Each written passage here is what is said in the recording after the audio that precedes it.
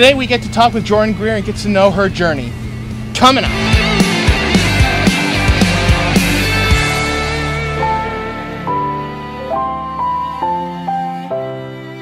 Hi everyone, welcome to Match Cut Media and Promotion. We're here to help you young musicians and dancers on how to grow and to succeed. And today we get to talk with the amazing Jordyn. Thank you so much, Jordyn, for being a part of this. Thank you.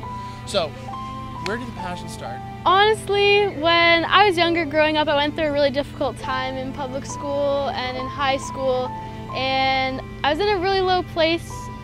My ex-boyfriend's friend gave me a ukulele and I picked it up for the first time in about grade 11, and I just it stuck with me. I taught myself like 5 songs within the first night that I had it, and I kept playing it for a while, and since then I've taught myself to play several more instruments and I've started songwriting. So it was kind of like my release when I was in a difficult place. Yeah, I've heard that a lot about people that just, they find themselves in an emotional place. And it's a great way to just express yourself and just get that emotion out there instead of keeping it bottled up. How old were you when you started songwriting? I actually have only been songwriting, so 18. I'm 18 years old. I turned 18 in November. So since then. So why did you want to start the songwriting? Like, where did that come from? Was it kind of something you want to try out, or did you always want to try the songwriting? I had always been so intrigued, like Justin Bieber, like Shawn Mendes. I know those are very stereotypical people to kind of like look up to, but they honestly, their songwriting influenced me a lot. Justin Bieber more so like when he was younger, and then Shawn Mendes now. But just listening to some of the words that artists write, it was like I have such a story that I felt that if I shared it with other people through music, because music is something that sticks with people, you know? It's way easier to memorize a song than to memorize, you know, the Pythagorean theorem and all that sort of stuff. So it's kind of just something that sticks with you. So I figured, the best way for me to help people and get my story out there is through music, and something they can just play on their phone or... Fantastic. Yeah. So when did you start kind of taking it like a little seriously? And what I mean by that is like, instead of making it like a hobby and playing it for fun, you wanted to turn it into a career. So I was always very passionate about it, but I kind of accepted the fact that I wasn't going to go anywhere, which on my part, that was a bad decision, because it kind of it stopped me from pursuing it as much and spending more time doing it. It caused me to slack. And so in April, I believe it was, I was actually asked to be in a music video with celebrity Sebastian Wolzanski, and I met his manager and I still talk on and off, and just seeing the atmosphere of his song coming from nothing to being in a music video to being on set and seeing everything around me, it's always something that I've wished that I could do, and I said, hey, why the heck not? I'm working full-time right now. I can completely dedicate myself to music when I'm not working. So since about April, it's kind of still a really new thing. That I'm still getting used to it, but it's relatively new that I knew that I wanted to actually pursue it. And you also grew up in a very interesting situation. So talk about how the situation that you grew up in and how you wanted that to change and why you wanted that to change.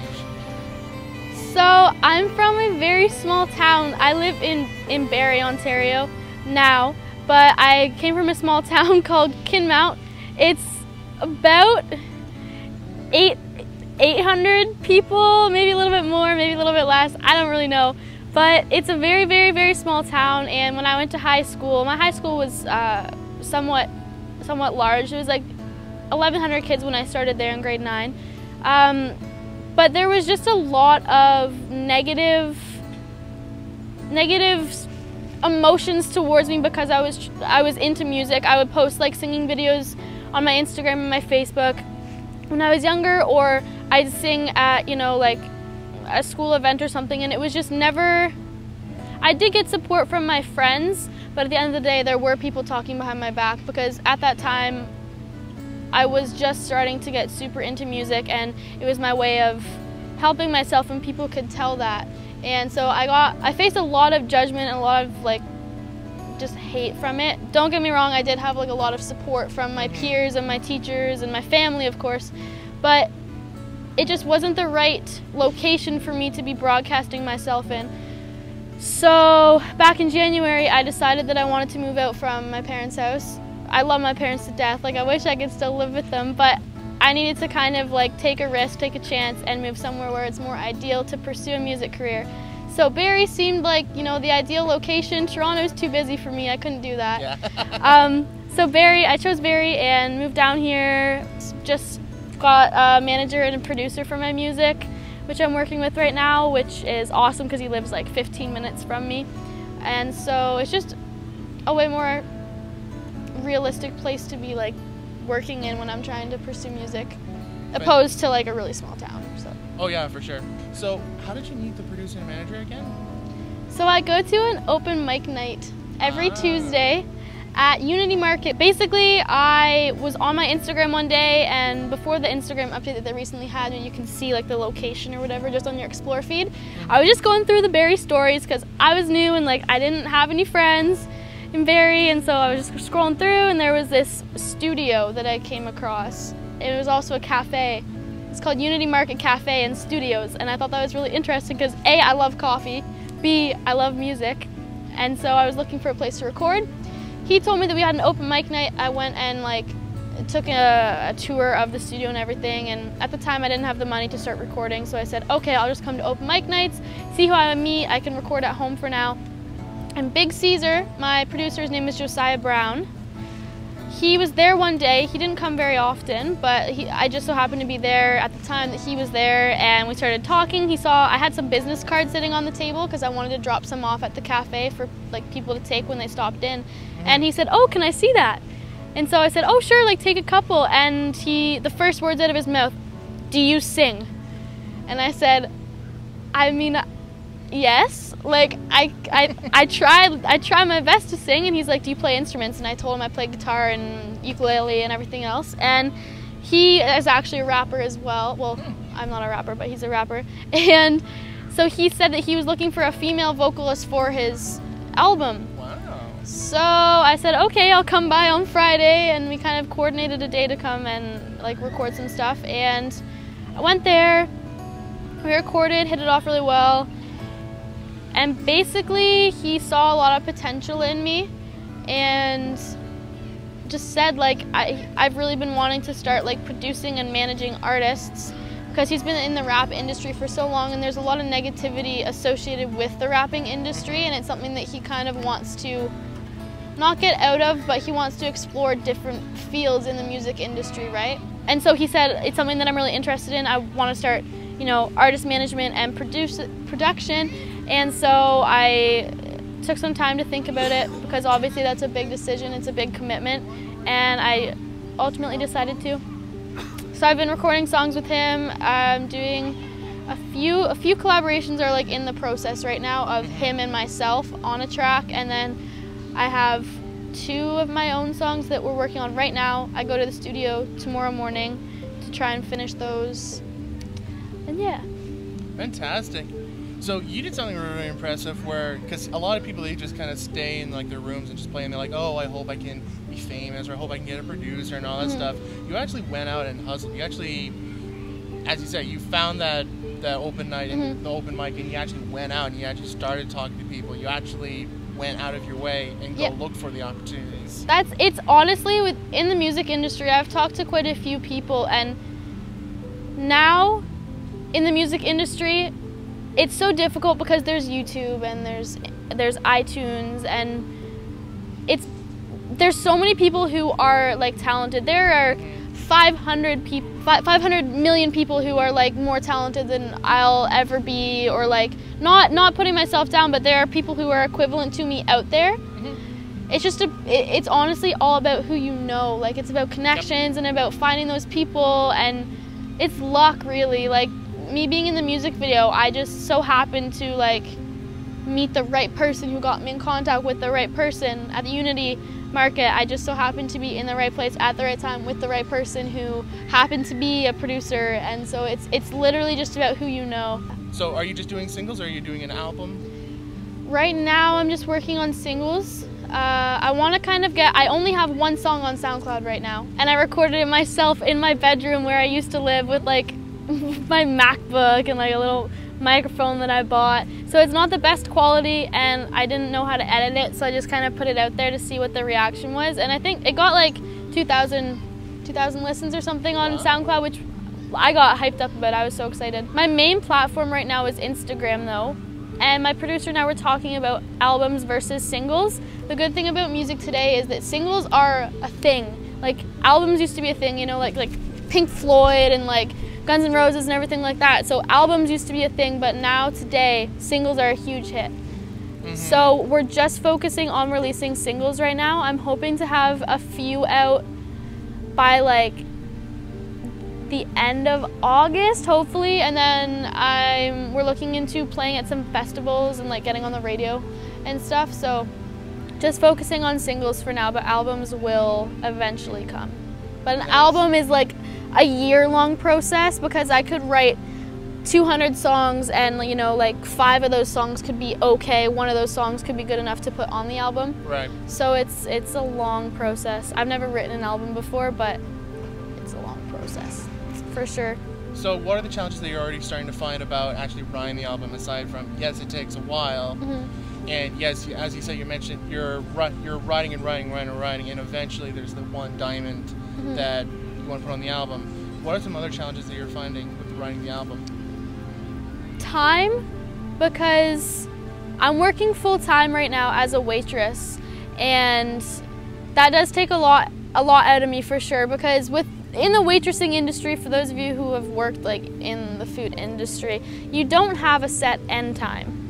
So you can work and you could be there for 2 hours, or you could be there for 8 hours. You don't really have any concept of how long you're going to be there for, it's all part of the industry. So a lot of the times I'll think to myself, okay, today's going to be slow at work, so, you know, I'll leave in like a few hours after I get there, and I'll have, you know, 6 hours before I go to the studio to like write some music. But most of the time that's not how it works. It doesn't go as you plan it to go. So for example, like the one day I did like a 13-hour day or something. I had planned to get off early and then go home and write music till, you know, like 2 in the morning, because that's when I work best, is that late at night. But I ended up working till 2 in the morning and then getting home and just crashing. So that's a huge thing, because I'm working 6 to 7 days a week right now. So it's hard to find time, and whenever I'm not there, I have studio time booked. So studio time book is not the ideal time to write music, but a lot of the time that's what I end up having to do, because I don't have that much time right now. But I need to start finding time though, and making time, because everybody has time. It's just a matter of like managing it. Yeah, no, 100%.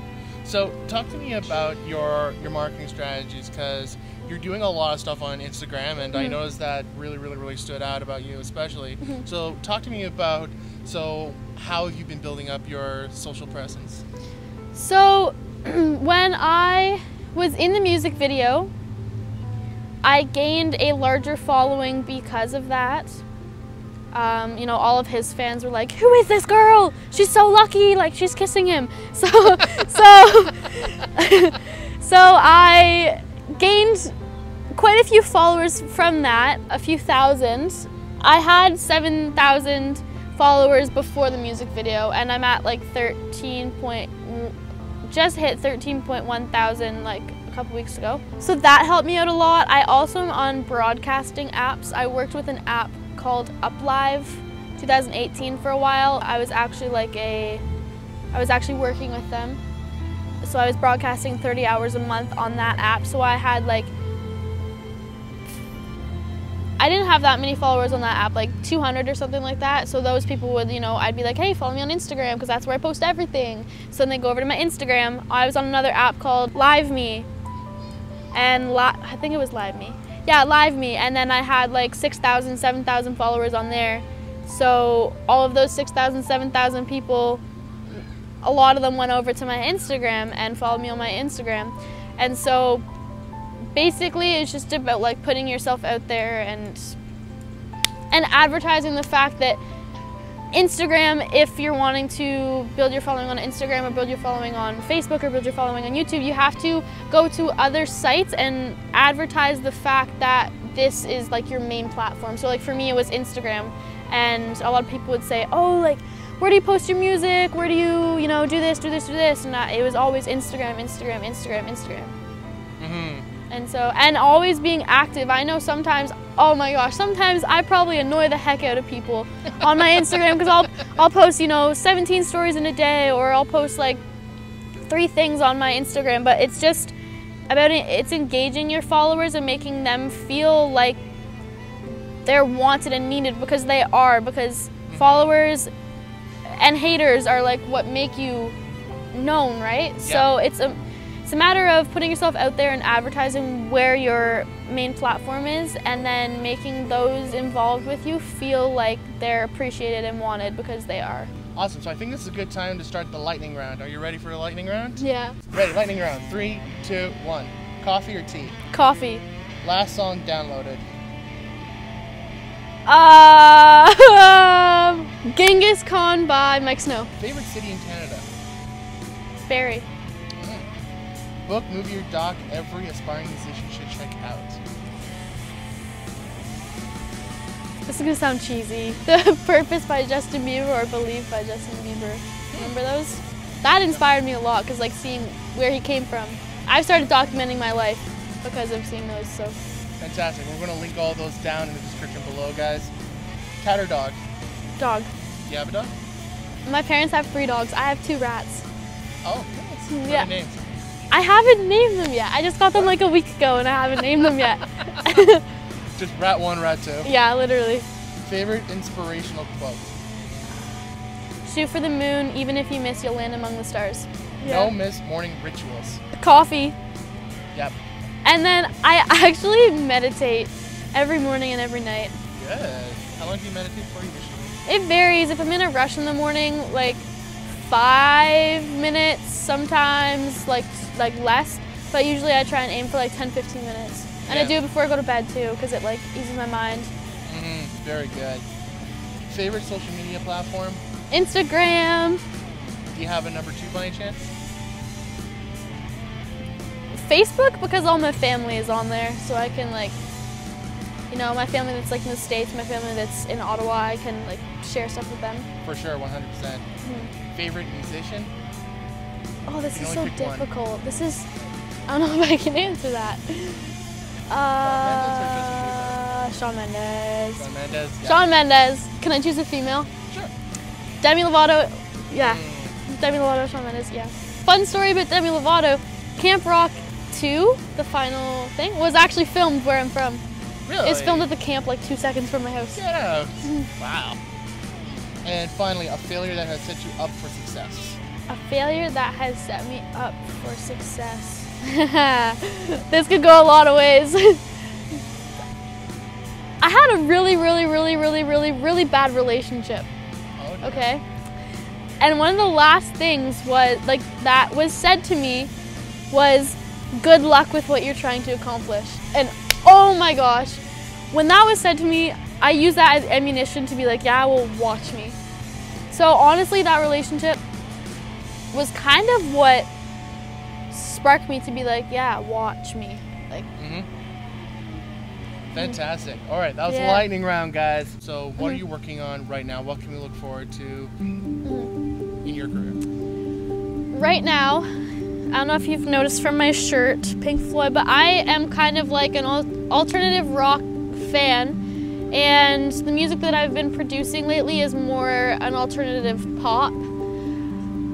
My producer and I decided, I don't know if you know Alice in Chains at all. So Alice in Chains, if there are any of you out there who are into rock, is this wicked, like phenomenal rock band, and he introduced me to them, and as soon as I heard it, I was like, I want to make music like this. So as soon as I heard that song, he said, well, we can. So right now, I'm working on a song that is actually a rock song, which is something super outside of my comfort zone, but I'm very excited about it because it's something that I would play on the radio when I'm listening in my car, and I feel like, I don't know, I just feel like it could be a good change. So you're looking at, right now, I have one song that is more of a poppy song, then I have the rock song, and then I'm working on a collaboration with another rapper. And then also the song that I was on with my producer where he is rapping and I'm singing the hook is almost done being mixed and mastered, so that should be out in like a couple weeks, hopefully. So Fantastic. And Yeah. so, just to finish off this interview on a really, really nice high note, to any aspiring musicians out there, what would be one great piece of advice you would give to them? It's gonna be really cheesy, but like, seriously don't give up, because there were so many times that I would lay in my bed at night and I'd just be a complete mess, and there are so many times that I want to give up. And those thoughts come and go still to this day, you know, like a few days ago I was laying in bed like, oh, I don't know if this is for me. But you have to make sure that you're in a state of mind where you're thinking about what you actually want, not what would make you feel good at the exact time. You have to think about the grand scheme of things. So don't ever give up on something that you couldn't go a day without living without. So. For sure, 100%. Well, listen, thank you so much, Jordyn, for again doing this. We're going to link up all her social sites and her music sites down in the description below, guys. If you got any value to this, please subscribe down below, turn on that bell notification so you don't miss a single upload, and we'll see you next time.